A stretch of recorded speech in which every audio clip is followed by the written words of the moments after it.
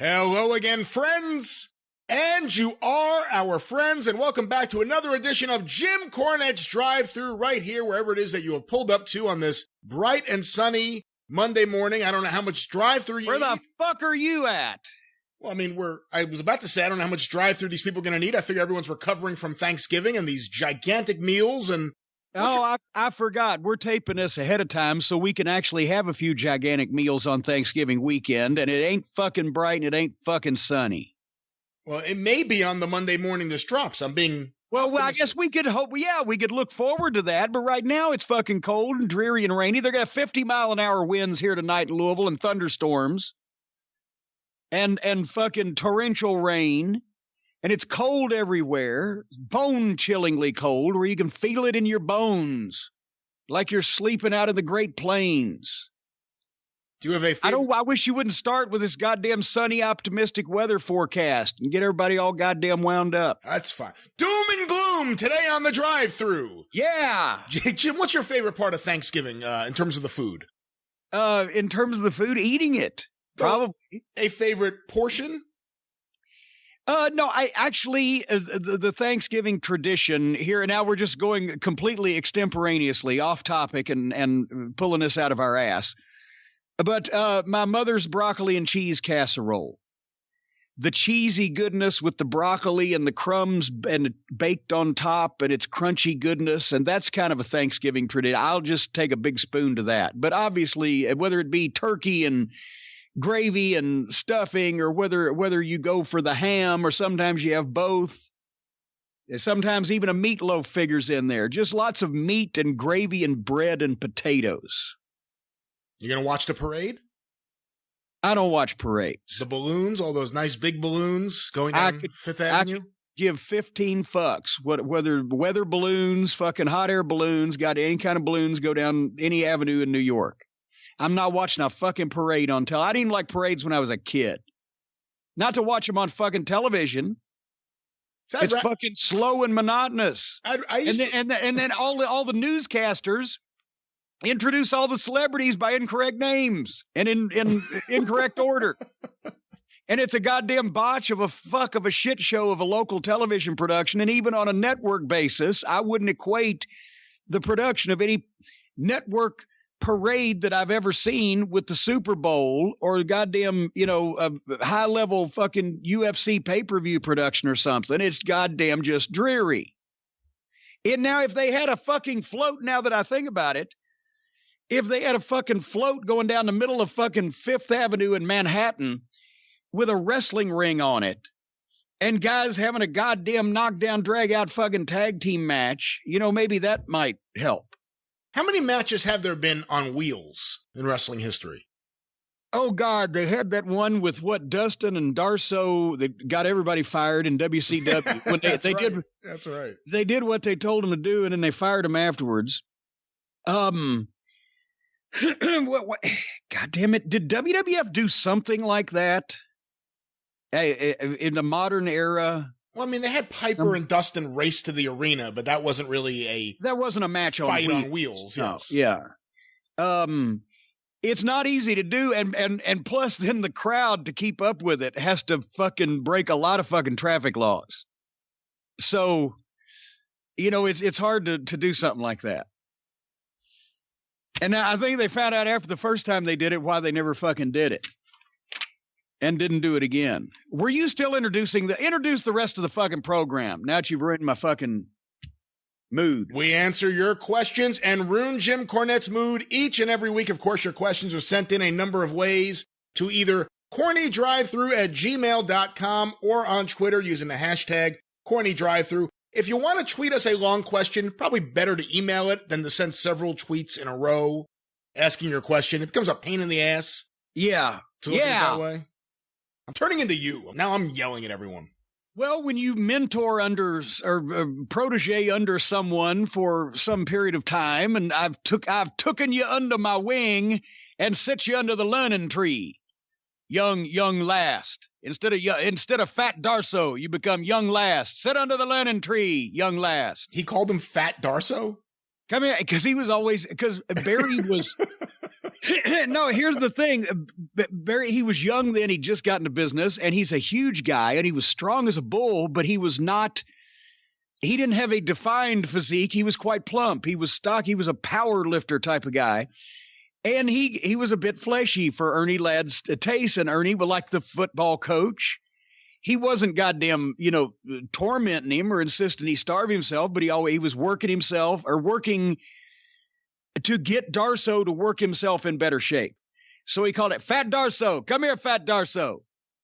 Sit under the learning tree. And he'd deconstruct his matches and tell him what he was doing wrong. And that's how you learned. How many guys in the back did Ernie Ladd impressions? Not around him, but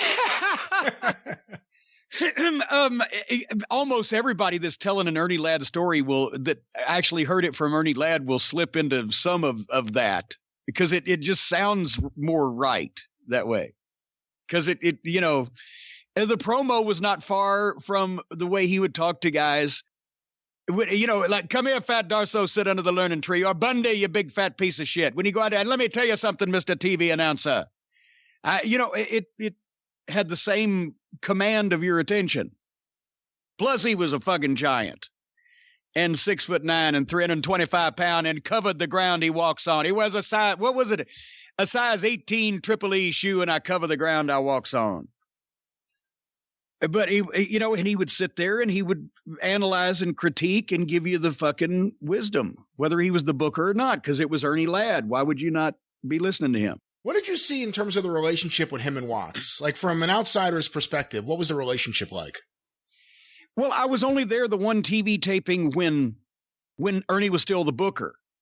And then, Dundee came in and took over, but he was at a number of TVs. But at that point, he didn't have to be the booker. He would sit in his accustomed place that he always sat in the Irish McNeil Boys Club. There was a place in the locker room, and Ernie sat. And if Ernie was there, everybody knew not to sit there. And I mean, they would obviously speak to each other, but I didn't get to see him working as like the booker to Watts the boss. But more often than not, even if Watts would stay in the back room where they had the monitor and the table and the headset most of the time, and you didn't see him much during the TV. But I did notice that even if Watts wanted to ask Ernie something, Watts would come to Ernie instead of Ernie going to Watts. But it was easier on him for his knees at that point. It's amazing how many fans there are who never got to see Ernie Ladd wrestle and now regularly quote, Bundy, you big piece of shit. We bring you in here. We bring guys in to get you over. And what do? You dumb yourself right out of position. Anyway, speaking of dumbing people out of position, we got a update on a previous drive-through, and this reminded me of something that I left dangling with you, so to speak. Do you remember several weeks ago, we're both wrestling collectors, and you got a thing, and you told me about that thing right before we went on the air, and when we started broadcasting, I was still wanting that thing, and I was demanding that you give me that thing. And you withheld that thing. You would not give me your thing. And indeed, that thing has never been brought up by you again. That's right. And I still want that thing. But I have an email here that is what brought this to mind. What is the email? Let's hear It's from Mandy. Mandy? Mandy. What? I just said Mandy. She's a fine girl. No, that's Brandy. Well, Mandy, I'm sure, is a fine and lovely young lady who covers the ground she walks on and uses her left and right turn indicators. But Mandy writes, my husband listens to all your podcasts, and I like to listen in. But you left me with a huge cliffhanger, and I'm dying to know, did Brian ever give you that thing? And if he didn't, why is he being so stingy with that thing? You can't really leave a girl hanging like this. She wanted to know. And now the secret is out that you are a stingy bastard with your thing, and you have not given me that thing. For those wondering what it is, through a connection I had, I was able to get Jim Barnett's chastity belt. No. And now Jim won't leave me alone. He said, I need it. But we'll see what happens. That's probably the last thing that was left over in the estate that Gary Jester kept for himself. Wait, what? Gary got stuff from the Jim Barnett estate? Gary Juster was the attorney of some description. I'm not sure how many states he may have ever been licensed in. That Handel was named the executor of Jim Barnett's estate because he lived in Atlanta, and Barnett used to burden him in his latter years with various things. Did Gary? I mean, you haven't talked to him in many years, but Barnett died years before that. Do you know, did Gary get any like old papers? Were there any old memos? No. That nothing like that was ever even brought up, and he would have. It's like obviously everybody knows that Jim Barnett lived. I'm not trying to knock the dead here. Boy, I should choose my words carefully for the first time ever in history. He didn't exactly have as much money as the style of life that he had led all those years led people to believe he had. And so at the end, it was more or less, just a small little thing and finding some people or whatever, as I recall. But he didn't leave his goddamn 1956 Indianapolis booking book, or that would have come up and especially as goddamn money hungry as Gary Juster is. He would have tried to sell me anything he had of Jim Barnett's. There's a story, there's an anecdote in Ole Anderson's book that he did with Scott Teal, crowbarpress.com, free plug there. Yes. Where he says, because Ole in 82, he purchases the 10% of Georgia that Bill Watts had. Bill Watts had that since he had been the booker there in 73. He buys that 10% and then forms a union with Fred Ward and Ralph Freed. And the whole now wait a minute, back up. When you say forms a union, it wasn't like Amalgamated Body Slammers 14. He joins with. He has he does business with, but they didn't form a wrestlers union. Right. Yes. Bad choice. Well, for some of these younger listeners. So the whole goal was, let's push Barnett out and let's take control of the office. And Ole said in the book, yeah, because Fred Ward and Ralph Freed, his son-in-law, and what was Rose Ogle, who married Leon Ogle. Rose was Fred's sister, whatever. But they had Columbus and Macon, Georgia, and TV there in each town, and the live events and spot shows around that part of Georgia for years, going back to the Gunkel days. So all of a sudden, when Barnett came in and bought the big city, came in to win the War of Atlanta, it wasn't like that Fred Ward, who'd been to Columbus, Georgia, wrestling promoter since 1940, fuck you, whatever, it picked to be partners with Barnett, and especially when Barnett's up there in the penthouse in Atlanta, and they're down running out of their garage in fucking Columbus. So I can see where, as Ole comes in, one of the boys that had even been in Georgia before Barnett came in, well, now we got Ole. I'm almost doing this in Ole's voice. Now we got Fred and Ralph, and pretty soon the idiot will fall for it. And they were trying to take the state of Georgia. And, so, yes. Well, a couple of things that Ole says is that he determined from going through the books, again, this is Ole's side of the story. Yes. That Jim Barnett was embezzling money, that he was taking money from the company and applying it to his personal lifestyle. I've spoken to people who worked in the office, like Bobby Simmons. They don't think that was true, but... Well, Ronnie West's take on it, who worked in the office and refereed down there for so long, is that, well, he did take some money out every once in a while, but nobody offered to reimburse him when he put money in. Because Barnett would go and find money or get money, or they'd hit a lick, as they say down south, and they'd make some money, stick some money back in. But I can see where Barnett at that point would have thought, I can use this for my personal, checkbook because I'm Jim fucking Barnett. And the story in the book is that Ole was talking to Vern Gagne, and Ole and Vern go way back. Vern trained Ole to be a wrestler when he was Rock Rogowski. And of course, anyone who's a collector who has old issues of Wrestling As You Like It, one of my favorite publications, knows that that's Jim Barnett had a column in there going back to the late, 1949, I think was his first column maybe. And he knew a lot of these guys from back then, like Vern, who was a major star in Chicago, which is where this publication came out of. And according to the book, Vern said to Ole, is Barnett still pretending he's a rich guy? Like Vern had said that it had been an act the entire time. That it was really more, Johnny Doyle who had the money. Yeah. For many years. Oh my God, I always get it mixed up with the Oates brothers, but Jim Barnett's partner, what was his first name Oates? Not Jerry and Ted Oates, but I forget who it is too now. Yeah, but get it mixed up also, yeah. Yeah, because of the famous Oates brothers. But anyway, his partner Oates was the money backer for quite a while. Johnny Doyle, who was a big-time wrestling promoter, but Barnett was able to get connections, put shit together, charm TV stations, and make shit insidious. And because he'd been around so long, since the days when Vern had hair and was a national TV star, he knew everything.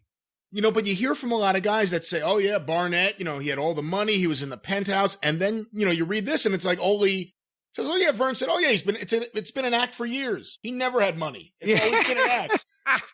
So it really makes you wonder, like, what was really going on?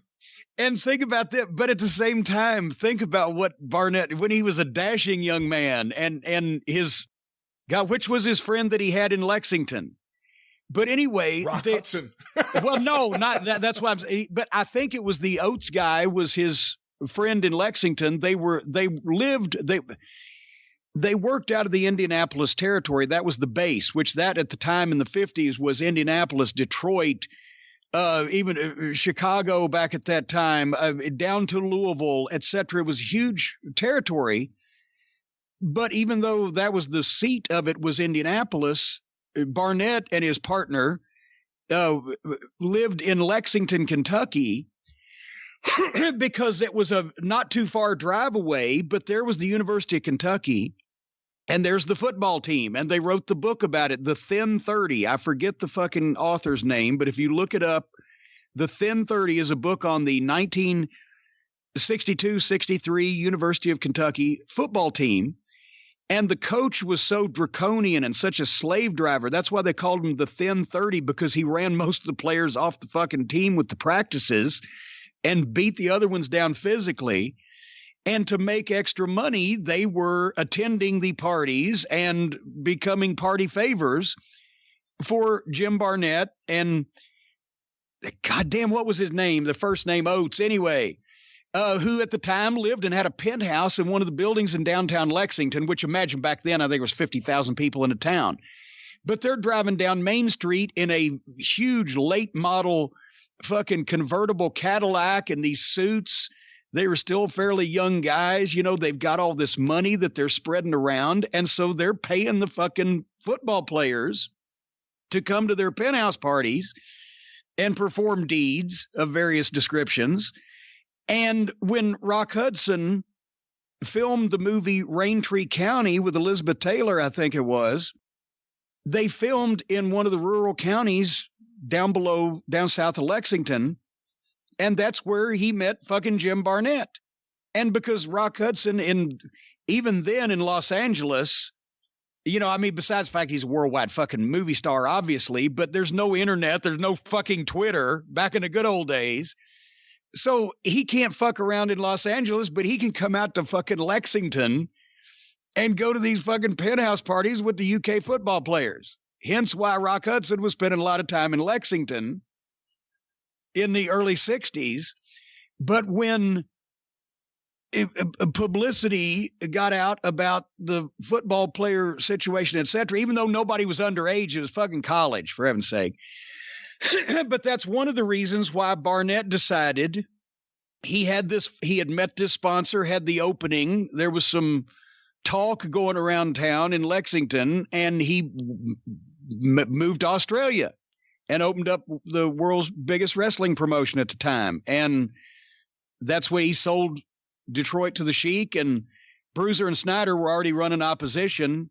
They had just broken off in Indianapolis, and he negotiated some deal, apparently, which they promptly then, once he was in Australia, never paid him anything on.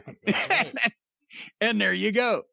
And there's Barnett's in Australia for the next 8 years till they need him in Atlanta to win the war. See, there's the most complicated wrestling biography to write, the Jim Barnett story. Oh, just because there's so much myth, no one knows the true origins of the man. And, you go back and you read these old Wrestling As You Like It columns and you realize you'd have to have all these columns together to be able to put together at least some semblance of what his life was like between 1949 and 1953.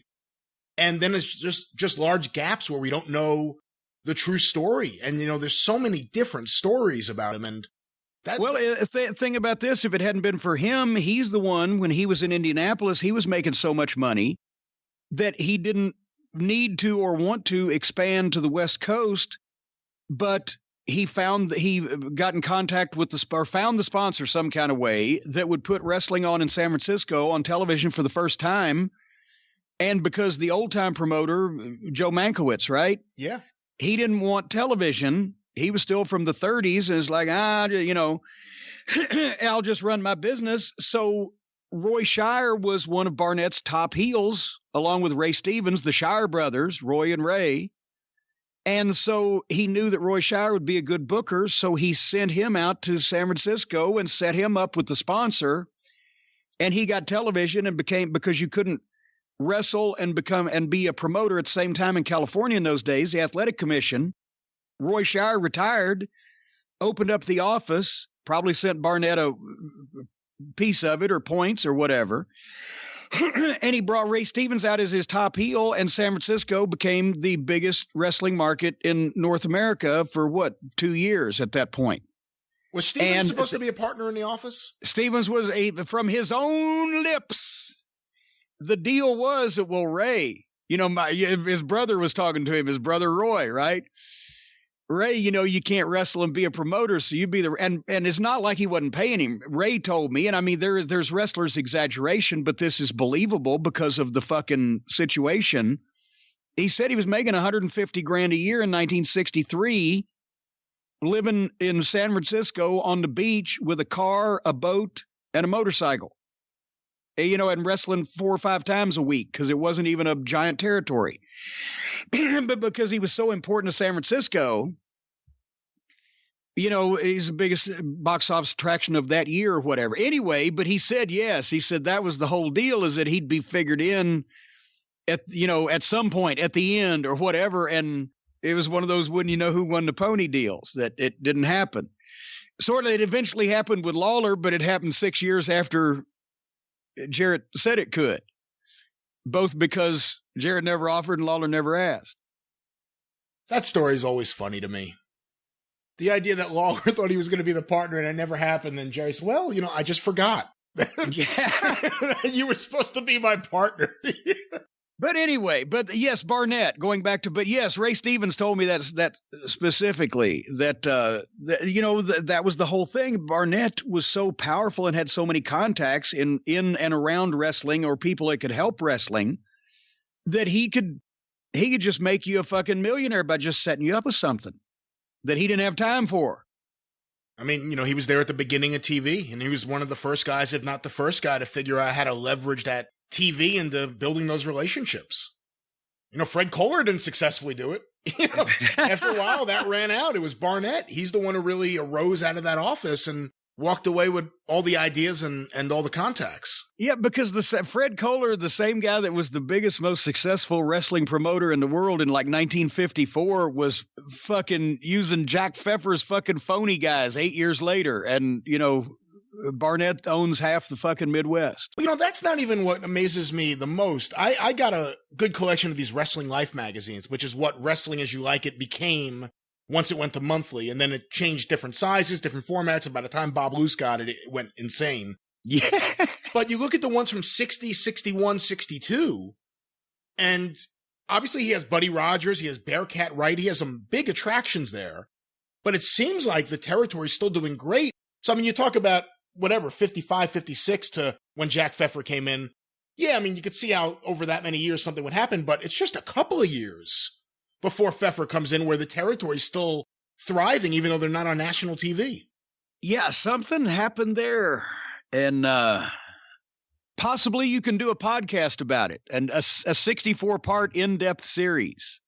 On 1960s Fred Kohler? Yes, I think you should. I think you should become Fred Kohler's fucking major biographer. Get him back in the Wrestling Hall in the Wrestling Hall of Fame, because for heaven's sake, what happened with Fred Kohler? Was it outside influences? We'll never know. We'll never know. Every time I see a Kohler sink or toilet, I think of him. Yeah, every time I sit down and take a shit, I think of Fred Kohler. And then I stand up and wipe my promoter. That's an old Dennis Condrey. Yeah, I'm going to go take a booker, and then don't forget to wipe your promoter, whatever. Anyway, because the office was always against the boys. That was that thing. Anyway, I should mention that we thought we were going to have problems with our energy because both of us are so tired. You from editing and producing your fine programs, and me from fulfilling the Cornette's collectibles orders at jimcornette.com because it is holiday season. And behind the curtain, the soft cover edition of the 80-page graphic novel, full color, illustrated by Dennis Medry, with the writing by Brandon Easton, and the stories curated by myself. There's a big picture of me on the cover. I don't think I look that fat, but nevertheless. It's on sale now at jimcornette.com. Do not break the internet. We got a big supply, but get your orders in early because it is holiday time, and I am working my little fingers to the bone. And what happens when you work your fingers to the bone, Brian? You get bony fingers.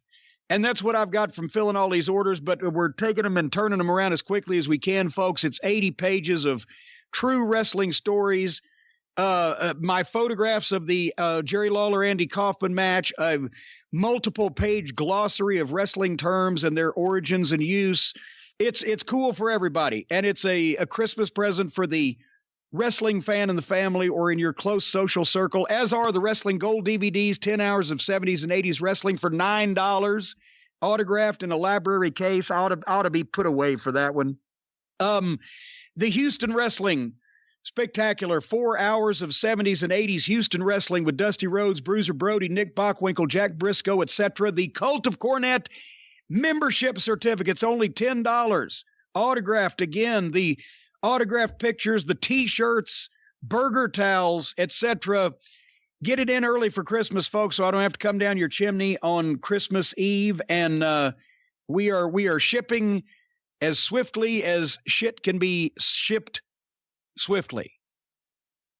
You got there eventually. I've got there. Well, we were saying our energy level is both down, but anyway, did you see on the news, real quickly, we'll get to some questions. By now, have you found some questions? I have found some questions, yes. All right, then we'll get to them in a second. I just saw on the news, on MSNBC, as a matter of fact, national news, the Attorney General of the state of West Virginia is suing another one of the big drug companies because of their, basically they have proven that they did not warn the doctors of the dangers of addiction, that they didn't do anything they ought to have done to tell doctors, much less patients, what would happen if they got on this shit just willy-nilly and took too much of it. And look what's happened. And now that West Virginia leads the nation, and now in children that are actually being put into state institutions because their parents die of overdoses. And now it's like the number in the state has tripled. So even the state attorney general is suing another of these companies over these malpractices. And it's nice of him to jump on the bandwagon, but I know a guy who has been suing these cretins for fucking years now. Call Stephen P. News.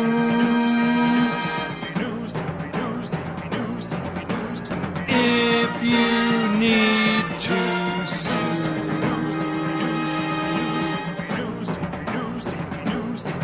An outlaw mud show or two. He'll sue the rest. That's right, ladies and gentlemen. He will indeed sue their anal orifice. Because Stephen P. New, the man at newlawoffice.com, 888-692-8084. Brian, just go down the list of the opponents that he has met in the legal ring of justice, and they've gone down to defeat. We're talking BP, Exxon, Amazon, Universal Studios, Marriott, General Motors, all the big pharmaceutical companies. He recently took on another one of these medically malpracticing individuals or corporations and took them down. He's gotten millions in judgments against big companies that fuck the little guy over. And whether it is the babies that were born addicted to opioids in West Virginia as a result of all the stuff we just talked about, or on behalf of their parents, or people given cancer by dangerous chemicals. Remember the genital gangrene from the diabetes medicine? Negligence, carelessness, and greed are the mortal enemies of Stephen P. New, and he will sue for you. So just remember, if you or anybody in your family, your social circle, anybody you know, has been damaged in one way or another, he can get justice and, most importantly, compensation. 888-692-8084. And plus, he's a comic book collector, too, as well as a wrestling fan, for heaven's sake. And he's got a heck of a set of jazz hands. He would be a fantastic attorney general if he wanted a pay cut. That's true, but I don't think he can afford it right now. As Frank Morrell said one time, Buck Robley was booking Kansas City. And Buck had this was probably 1980, 81 or whatever. Buck had been the booker in Mid-South, and they used Frank Morrell, the angel, the French angel, on top with the claw hold on top in the Superdome, the first couple of Superdome shows, right? That's right. So Frank had been a real good heel for Buck, so Buck gets the book in Kansas City, which, of course, is not Mid-South Wrestling. And he calls Frank up, and he says, Frank, I want you to see if I can't do Buck's deep voice, but would you come in and work for me? And Frank said, well, Buck, what are the guys making over there these days? And Buck said, well, I tell you, I made $300 last week, but that was for booking and wrestling. And Frank basically said, Buck, I don't think I can afford to come in and work for you. It's the kind of territory you came in a $20,000 Cadillac and left on a $50,000 Greyhound. It's amazing. I mean, I know they had, obviously it's close to St. Louis, and some of those guys there had points in the St. Louis office, but it always blows me away that they had more than one NWA title change in Kansas City. Yeah, well, it was close to home. Yeah. You could get the footage on the 11 o'clock news by deadline. I never thought of it that way. Yeah. Well, we have a bunch of questions this week, Jim. Well, I don't have any answers. Well, we'll see about that. This first one was sent in via email to CornyDriveThru@gmail.com from Charlie in Starkville, Mississippi. And this is something that recently took place, I guess, as this show airs a week ago. I don't know how closely you have followed it, so I'll fill in any details you need. What are your thoughts on Corey Graves taking shots at Mauro Ranallo on Twitter and Ranallo deleting his account? Considering Ranallo's history, especially when it comes to bullying, how do you think the WWE should handle the situation with Graves? Are you just determined to just make me the bane of everybody's existence, ask me all these hot button controversial topics? And here, oh my God. I once again, I love Mauro Ranallo's commentary, and I haven't heard that much of Corey Graves, so I can't comment on his commentary, but everybody seems to hate him and be taking Mauro's side in this against him. I saw what he said, and probably he's either friends with Beth or Nigel or one or both, or maybe he just, would like, because Mauro sometimes, like me, can overshadow the broadcast. And I didn't think it was, suggesting that he should end his career or, resign from his job or whatever I don't see how that's bullying, but I'm not in the same position that Mauro's in. I don't know how he feels, but if you're going to, obviously, as we know, especially as I know, if you're going to be in public life, somebody is going to say something bad to you, whether it's somebody that works with you or somebody that doesn't like you or whatever the fuck. I think Mauro's a better announcer than Corey Graves, just from what I've heard. But I don't see what Corey Graves said that would be so. It wasn't like, you fucking suck, you're overpaid, you're a miserable piece. It's something I would have said to an announcer I didn't like, right? It was like a backhanded, hey, if you'd ever shut up, we'd hear these other two guys. Well, in the wrestling business as a whole, the things that were said to people, to each other, whether in joking or serious fashion, or even sometimes that it sparked a little fucking kerfluffle or scuffle in the locker room or two amongst guys, was so much more over the valley and beyond the fucking farm than shit that's said today that people's heads blow up about, that I just can't. Maybe that's why people are so astonished at my repartee, because they haven't heard it in so long, or were never in the environment where they did hear it. Because I got news for you. If you people think I say some horrible shit in public, you ought to hear people say shit that I've heard say in fucking private, for fuck's sake. Which is why I don't really consider my shit that far over the top. But with a situation like this, obviously, if you're in the public eye, you're going to hear it at some point from fans or people out there who, aren't your coworkers. But what about when it is a coworker, when it's someone supposed to be on the same team with you, under the same umbrella, obviously aware that maybe there are some issues where that sort of criticism would trigger something. It is a little bit of a different scenario from that end. Also, the thing is, you never had a situation where the guys could criticize the other guy's shit in front of the fans before Twitter, right?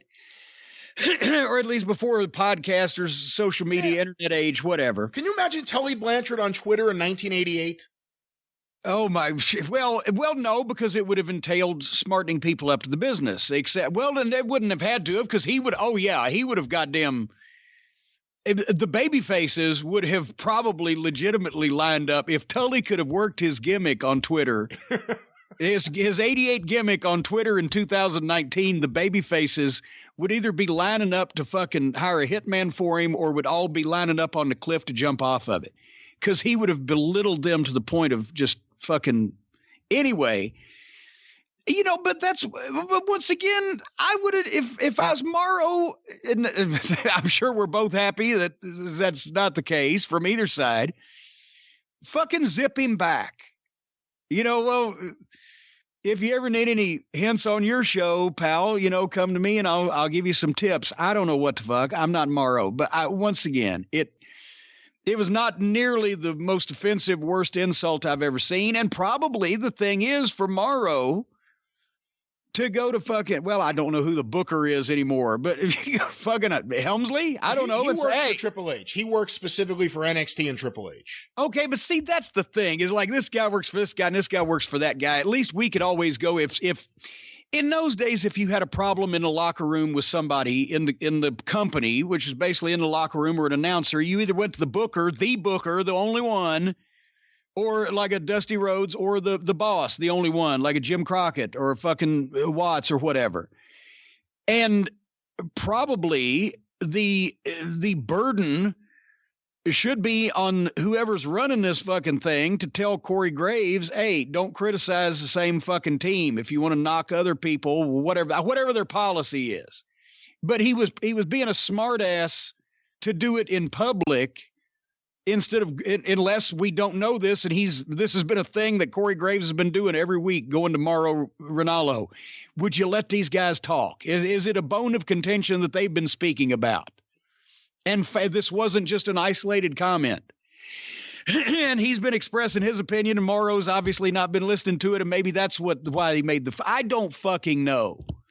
But as far as bullying, nobody's ever been bullied or heard a bullying comment if that is a bullying comment. And I mean, I've had a lot worse said to me in fucking third grade. I have heard people opine, and you'd be a perfect person to ask about this. Good word. Thank you very much. That Vince McMahon likes to pit announcers and people against each other.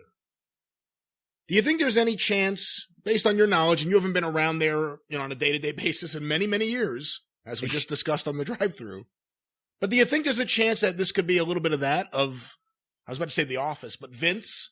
No. Saying, hey, needle him a little? No, I don't think so, because it wouldn't be fun for Vince. Because at this point, Vince has got bigger fish to fucking fry, and I don't think he's around them that much. Mauro does NXT. Does Vince ever go to NXT? Well, takeovers. I don't know. The point I'm making is it would be somebody. He does love to pit people against each other, but it would be somebody more important to him, such as pitting Bret Hart and Shawn Michaels against each other, have the edge on television, where they really don't like each other, or pitting his writing staff against each other to outperform each other or whatever, and he gets something out of it. But no, just to fuck with him like he's fucking Finkel. No, I don't see Vince reaching that far out of it, going to that much trouble to fucking instigate any trouble between announcers that he probably still considers,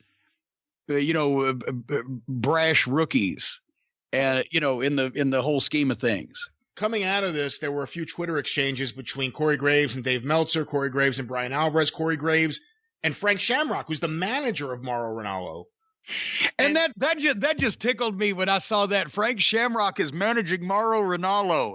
It's like the fucking bizarro world. I'm not knocking either guy. I like both of them, but I'm saying didn't in that equation, wouldn't it Mauro Ranallo fit the role of manager better and Frank Shamrock fit the fucking client instead of the other way around? It'd be like Bobby Eaton coming to ring manage me.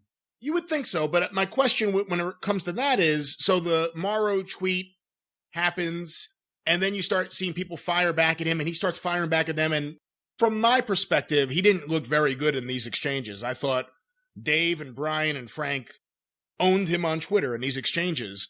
So now you have your talent, your on-air talent, your announcer, in these Twitter spats, and he's not necessarily looking too good in it. What would you do if you were in charge? Would you say, get off fucking Twitter? How would you handle this? Well, yes, and see, that's the thing. If Corey Graves is going to do a WWE television program, he's got to, recognize what everybody else does. You got to do what they tell you to do. If you're going to wrestle for them or fucking do their TV or whatever, and especially if he's going to get fucking batted down by outside forces all the time and look even worse, just fucking drop it. I don't equate, and everybody, Cornette has all these Twitter feud. Well, I'm not working, obviously not working for any company. No, I'm not working for anybody and didn't fucking particularly fucking request work for the ones I have, but I was doing my thing and giving my opinion, but it's not like I'm knocking a member of my team. Right?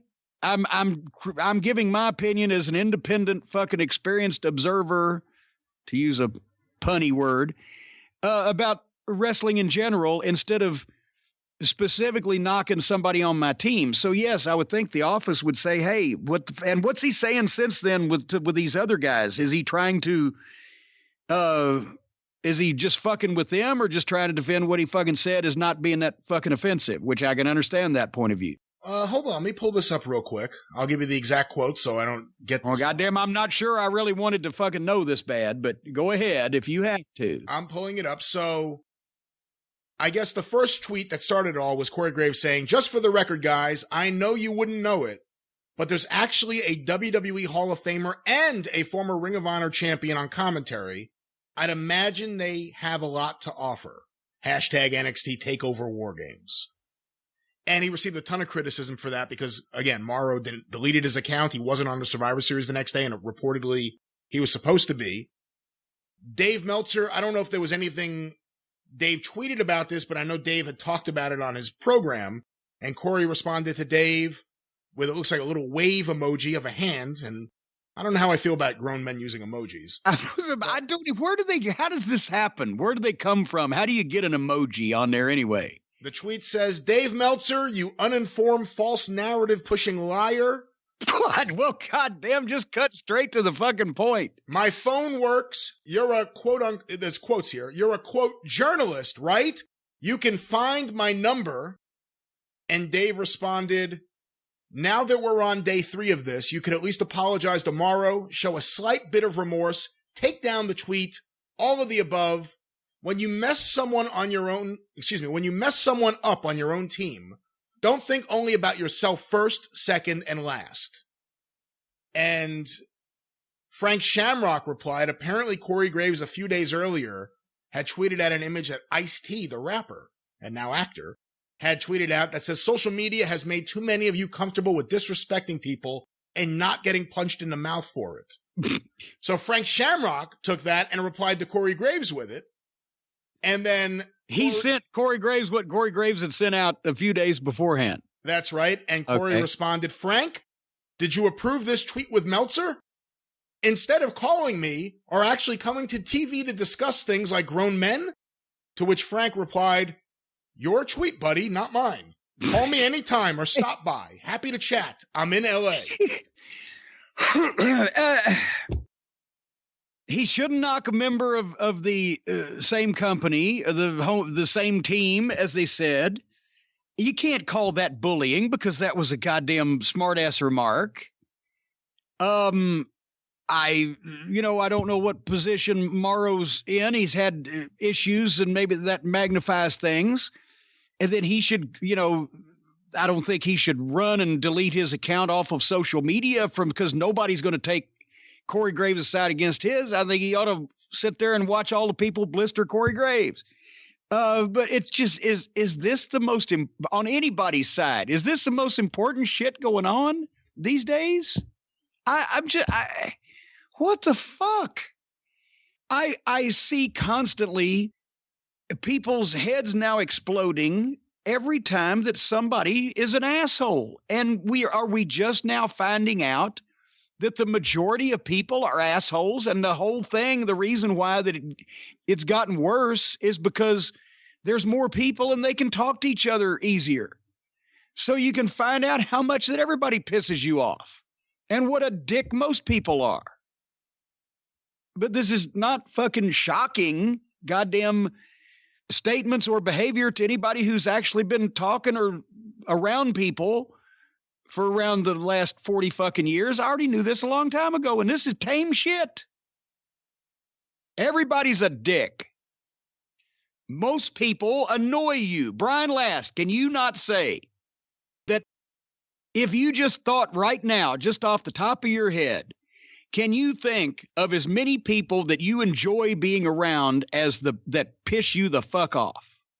No, but to be fair, I'm a massive asshole. Okay, but you and I don't ever have any problems. No. Well, there you go.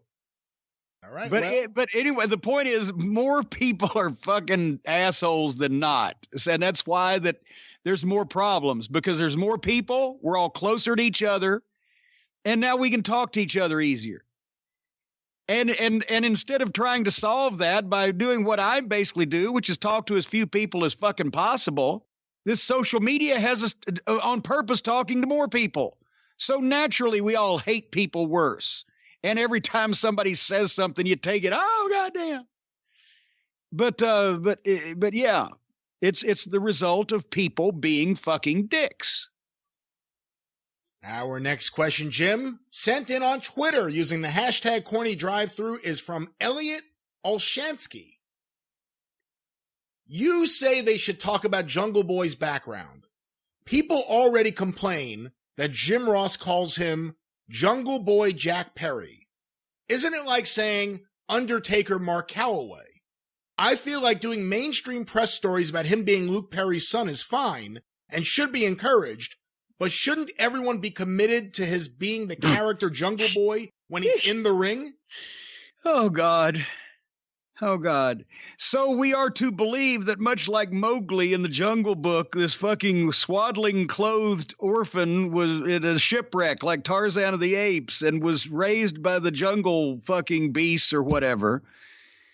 And somebody's going to say, oh, we're supposed to believe the guy's undead or whatever. Now, here's the difference. The Undertaker was a gimmick to take a guy that was, all due respect to Mark, not that interesting as a person because he was a 25-year-old, 7-foot-tall fucking redheaded kid from Texas, but the Undertaker, and then Mark made the Undertaker. And so, yes, it would be bad, and that's why it's done very little and only since recent that he even appears out of gimmick in public. But the Undertaker was a great gimmick that took a guy that maybe wasn't that interesting at that point and allowed him to be interesting and then grow into it and blend the two together. Jungle Boy is taking a kid who's incredibly interesting with his real identity and his real story. And what is the Jungle Boy? I just gave you more backstory than they have on Jungle Boy. Which jungle is he from? Did the apes raise him, or was it the fucking, of the fucking zebras? Or was it the Tarzan story? Or is it he was raised by a native tribe, but became like that's the fucking Billy Jack story? Or I don't fucking, they ain't no story. Was he the kid when they put out Naked and Afraid, the two people naked and afraid in the fucking woods, and they ended up fucking on the first day before they got dehydrated. And 9 months later, Jungle Boy was born.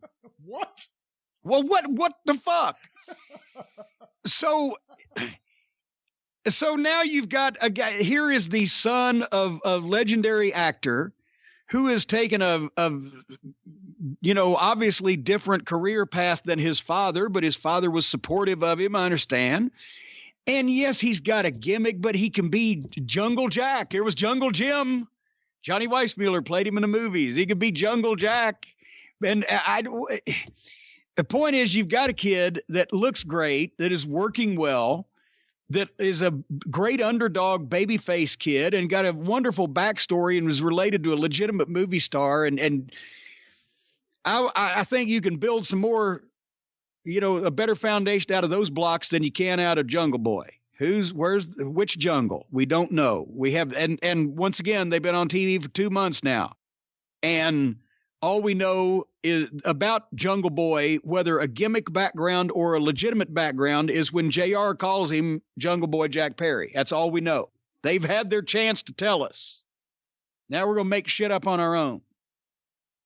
I know Chris Christopherson's son was in developmental for a while, I believe. And I know way back, Shirley Temple's brother was a wrestler. George Temple. Were you ever around any children or siblings of celebrities who decided they wanted to try to break into wrestling?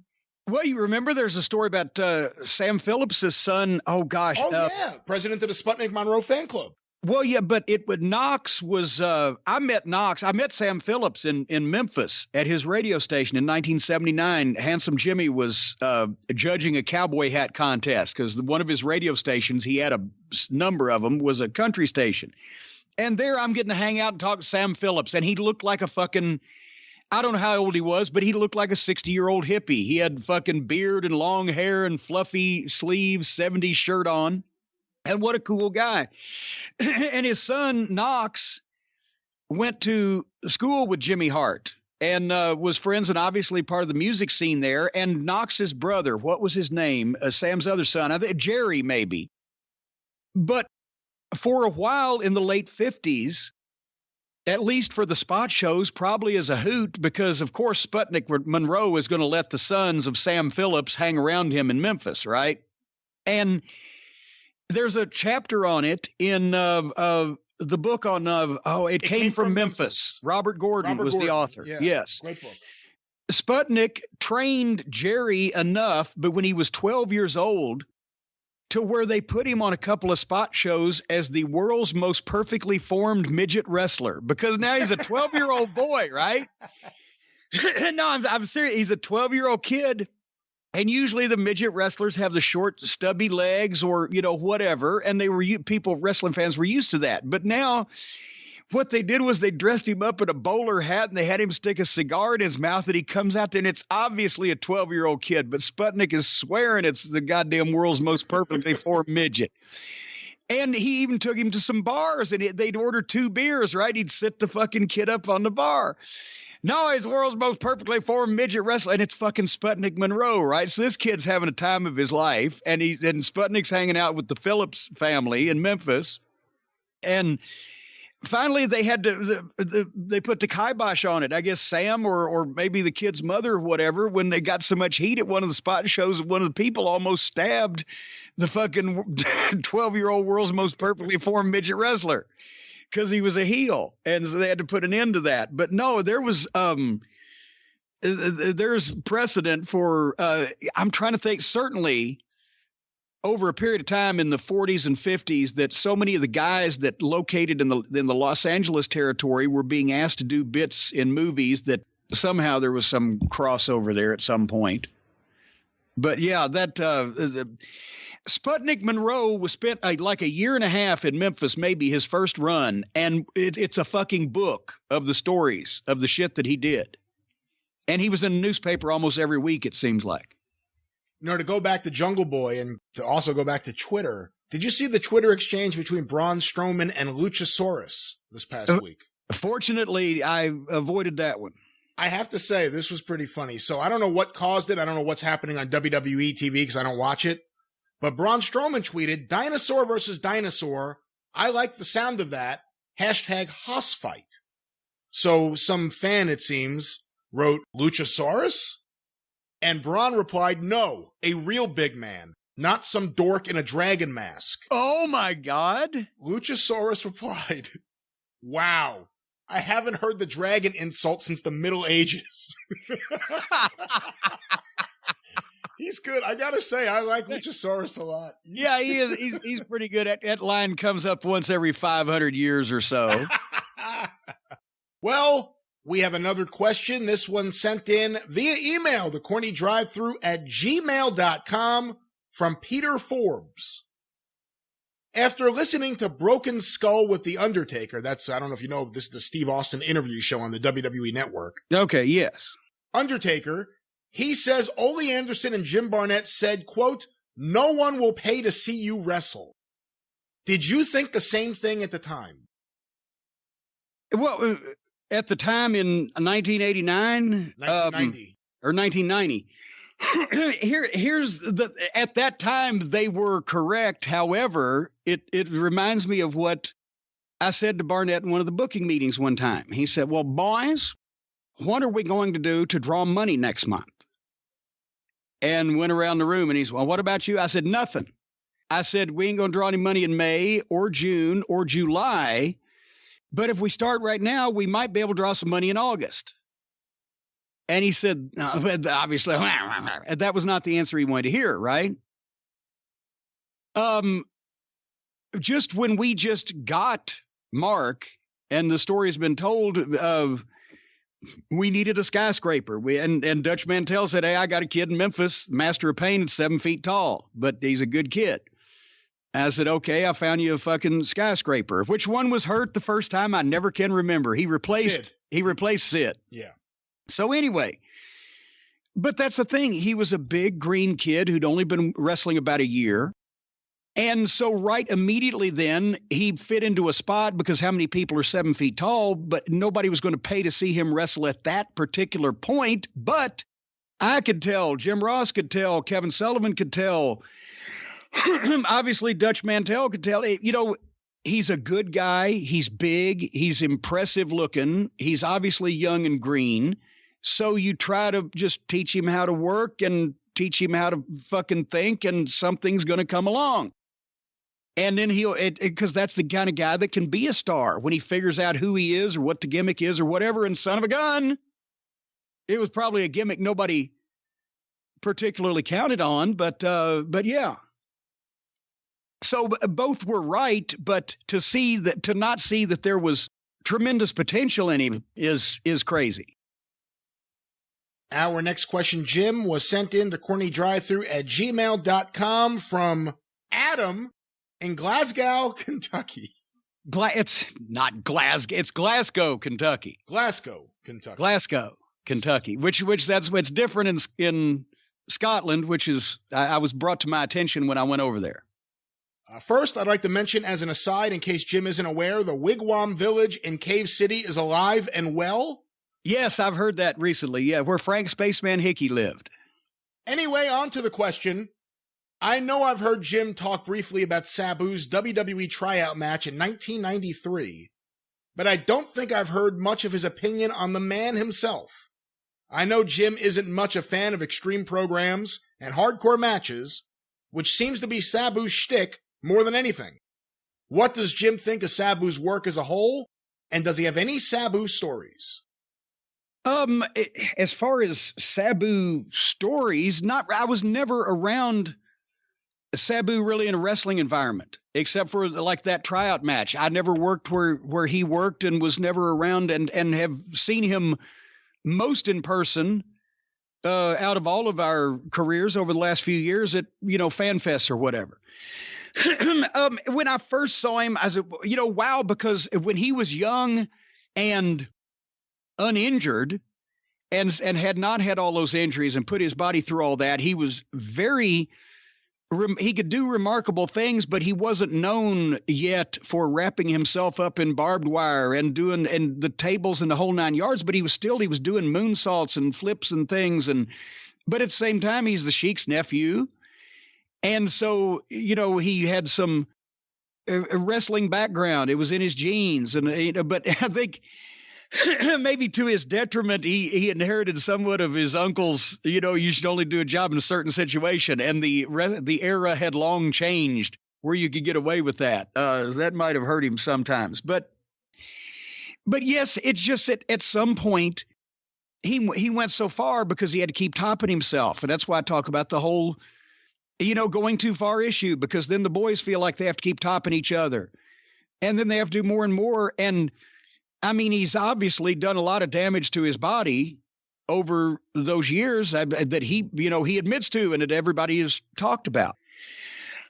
So I can't really, say I'm necessarily a fan of that wrestling style, obviously.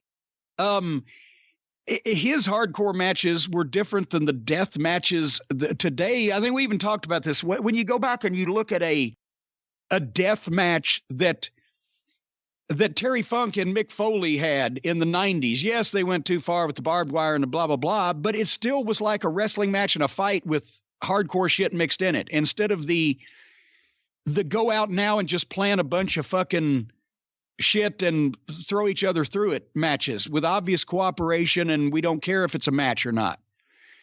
And I don't know which side of that fence Sabu falls on, because when he started, it's a fight with crazy shit in it, but it just went so far. So I've never had any cross words with him. Never, actually, one time you did, and I don't know what caused it. Well, I saw this on Twitter once, and it stuck with me. I don't remember what caused it, but you replied to Sabu at some point and said, "Hey, Sabu, I didn't know we had a problem. If we do, you know how you do your thing. We can discuss this like men." And I remember it because he responded to you, "Sabu, Sabu, Sabu, Sabu." Yeah. Well, that was the funniest thing. See, every once in a while, he does, do so, or say some strange things or put some strange things on, like sometimes he'll just tweet, "Sabu, Sabu, who is this?" Sabu, I don't know. It may have some tweet. I don't know. I can't remember. I don't know. What was the story with his WWE tryout in '93? Oh, well, he had one, and I think I even mentioned to Vince, I said, well, his kid's Sheik's nephew, and, watch him, he does some wild stuff, but I think even then he tried to do, because the triple jump moonsault where he'd set the chair and he'd run and jump up on the chair. At the time, if you brought a chair into the ring, you should be disqualified. And if you set the chair down, the referee should grab it. So that always, it never made sense to me, because it was kind of one of those things that the referee is letting something go that just obviously doesn't look right, so you can do a move. But I think he may have even did that, and maybe even tried it, because the ropes in the WWF were, in those days especially, were awful loose. So I don't know that it went real well. I don't know. I can't remember. Our next question, Jim, was sent in on Twitter using the hashtag CornyDriveThru from Super Ninja Jedi Boy. So who do you think the wrestler of the decade is? Based on mic and in-ring skills, I'd say Chris Jericho. How about past decades? Well, let's not go through all the past decades. Right, yeah. Jim, do you have a pick for wrestler of the decade? Well, from 2010 through 2019. Correct. God damn. Well, I mean, honestly, hasn't Chris mostly been part-time through all of that decade? Would there not be someone that's, or, I mean, if you're going to go for a part-time guy who's made the most money to do the least, Brock Lesnar, who consistently has had the best matches through that period of time? Okada. I mean, let's stick with this country. Maybe I'd have a chance of seeing him. If it's worldwide, I'd go with Okada. I think he's hands down been the best guy for the last decade. Okay, but who in the United States and Canada has been the best guy in the ring over the last decade? Ooh. There's some people that... And I haven't watched that closely, everything, but, there's always the old standbys. But, and then for the first part of that time, how long was Bryan Danielson off? I forget how many years it was now. It was at least 2 years. Was it 3 years? I don't know. Was it, Seth Rollins, because he's high profile? I don't know. What were you going to say? No, there's going to be someone out there who says Kenny Omega, but in terms of, like John Cena even became part-time eventually as the decade went. I mean, when you look at like the 80s, yeah, most people will say Ric Flair. And if you don't say Ric Flair, you may say Hulk Hogan just based on how big he was, and he was a phenomenon. But those are guys who are around for the entire decade. Well, yeah, and also that would be who's the biggest draw, not who's the best wrestler. Well, with Flair, it could be best wrestler. It could be best wrestler. Yeah, but with Hogan, it would have to be biggest draw. But when you look at the 1980s with Flair, you're looking at every single year. Flair had great matches, so he was around for the whole decade. I'm trying to think who's been around every single year of this decade that would have been in that position that you could say was the best wrestler. I don't know. That's a tough question, actually. We ought to go back and look and see who has managed to just wrestle every year for the last 10 years without getting hurt and being off for extended periods of time, because that doesn't really happen a lot these days, does it, with anybody? Not too much, no. Imagine how that, I wonder why that happens like that when the style has changed from what it was to what it is now. Well, Jim, our next question sent in via email to CornyDriveThru@gmail.com from Brian Blue. I was fortunate enough... He did? Will you stop it? I was fortunate enough to see Jushin Thunder Liger's last U.S. match in San Jose last weekend. Just wondering if you have any good Jushin Liger stories you can share. Not a single goddamn one. Were you ever around him? I don't think we ever even met. I know we did a Resi's convention in 92, but you were at 91's convention, not 92's. Yeah, because 92 was Smoky Mountain. Yeah. Yeah, I sent Horner up to run the merch stand. Boy, that was a fruitless task. I don't remember ever meeting Jushin Liger. Did you watch much of his stuff, like when he first popped up, and I guess maybe 89 was really the year that he really took off, and they had those matches? Especially, and stuff with Pillman and everything, yes. I mean, he was very good, but I was never in the same place at the same time. So since that was why don't we do this, Brian? Because the clock on the wall says that it's time for our theme song competition. Let's entertain somebody with the last few minutes of our program. All right. Well, why don't you vamp for a second while I find these actual entries? Vamp, vamp, vamp, vamp, vamp, vamp, vamp, vamp, vamp. And by the way, are we using JC? We're using it was James E, not or James E. All right, whatever. James E on the experience going forward, right? Until someone defeats it. Even though it is one for the drive-thru, it mentions answering listener questions, which we don't ever do. Well, we'll start. Feel it's false advertising in a lot of ways. I just like that song. Of course, then I misquoted the title. But you haven't sent me so I can listen to it at my leisure. You haven't sent it to me yet. And here's one for you. Here's something I sent into Corny Drive-Thru from Rob in Toronto. Just listened to Drive-Thru episode 116, and honestly, it had some good stories, but ultimately, it was garbage. Because it's supposed to exist for fans' questions, is it not? I will most likely not get a response to that question. But if this is the kind of dismal show planning for an episode that's supposed to answer fan questions, how do you expect to keep fans when you decide to go off the narrative with your own rant? Any response? What was this guy's name? Rob from Toronto. Well, let me tell you something, Rob. It's probably Rob Ford, the fucking mayor of Toronto. He's on crack. No, he died. Rob Ford died. Well, he wrote this before he died. We can do anything we goddamn want to because it's our show. How about them apples? Huh? How about them apples? We can do anything we want because it's our show.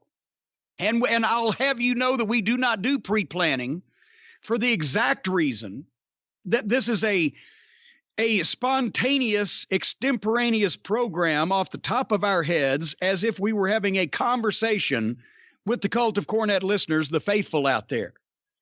It's not synthetic and artificial and vanilla. It's real and emotional and passionate. So fuck you, Rob. Thank you for listening. Well, at least there was a thank you there at the end. In true Jim Cornette fashion, you never say fuck you without a thank you.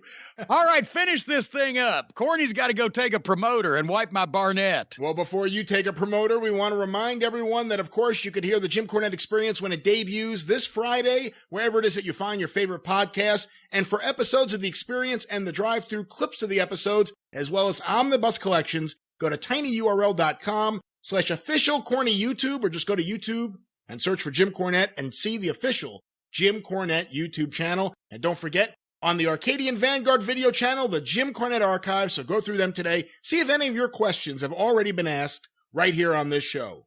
You can follow Jim on Twitter at @TheJimCornette. You can follow me on Twitter at GreatBrianLast. You can hear me on the 605 Superpodcast at 605pod.com, or available wherever it is that you find your favorite podcasts. Of course, Cornette's Collectibles at JimCornette.com. Now is the time. If you want to get something for the holidays, you want to get something as a stocking stuffer, this is the time. Go to JimCornette.com. Get your DVDs, your burger towels, your graphic novels, your restraining orders. I don't even remember what t-shirts. I probably listed a few things there. I don't know. What else is there? Oh, for God's sake, close the program. I got a shit. All right. Well, geez, that's a hell of a way to go. Until next time, for Jim Cornette, I'm the Great Brian Last. Tally ho!